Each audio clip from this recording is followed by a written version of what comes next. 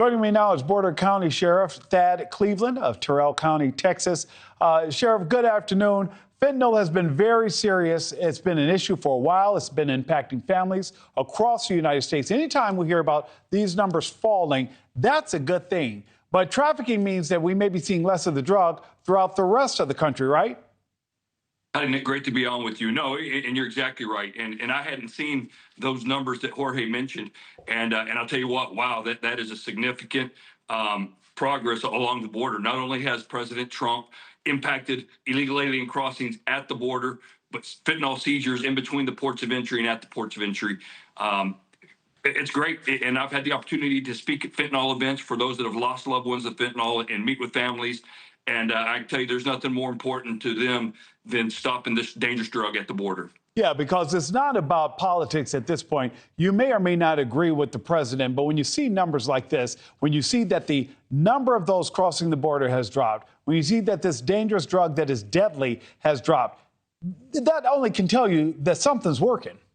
It certainly is. And again, the last 4 years, and I hate to keep bringing that up, but, the rest of the world knew that there was no border security. And you could cross at your own will, and you could also cross drugs. And the likelihood of them being apprehended or seized was very unlikely because Border Patrol and the CBP officers at the ports of entry were focused on the people.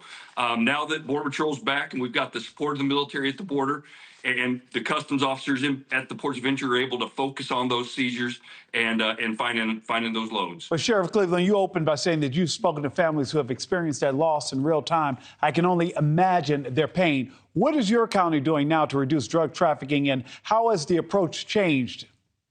Well, even here in our county, we've worked with government of Mexico, and we haven't had a fentanyl seizure, but even our marijuana seizures historically that we've had, they've gone away. But it's because of that working relationship with the government of Mexico. And then, of course, Border Patrol agents getting out there and doing the work that they do every day, cutting sign, looking for people that are crossing the border. That probably makes the biggest impact along the border with illegal alien drugs or illegal drugs crossing in between the ports of entry. We've talked about how effective the Trump administration has been with the border crossings and the reduction in fentanyl crossing the border. But do you think it's been effective in the ways it's allocating resources, specifically when I'm talking about the military presence? Is that also making a difference? Oh, it most certainly is. And again, during President Trump's first administration, when he first put active duty military on the border, we've had National Guard assets assist us. But when he's put the active duty military and he's let Mexico know that if they don't assist, then he's going to, of course, increase those tariffs. That made them, for the first time ever, deploy military, not just on the northern border with the United States, but also on the southern border with Guatemala. Those made huge impacts. Now in his second administration, he's doing those same tactics. And yes, it's making an impact and will continue to make an impact.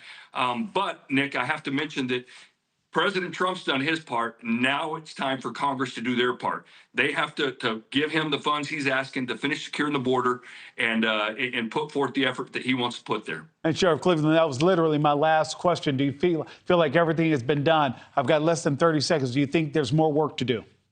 Most certainly there's more work to do. We still have people crossing the border illegally. Even though we're at lowest record numbers at the southern border, people are still crossing. There's still going to be work that needs to be done. And then how are we going to sustain that? We don't just, we don't want to count on President Trump doing it. He leaves office and someone else comes in that undoes all that work. So Congress needs to do their job. To pass legislation to put it into law. Absolutely. Sheriff Thad Cleveland, thank you so much, sir. Thank you, Nick. God bless you. Thank you for watching. Subscribe below and download our NewsNation app right now on your phone, and you will get fact-based, unbiased news for all Americans.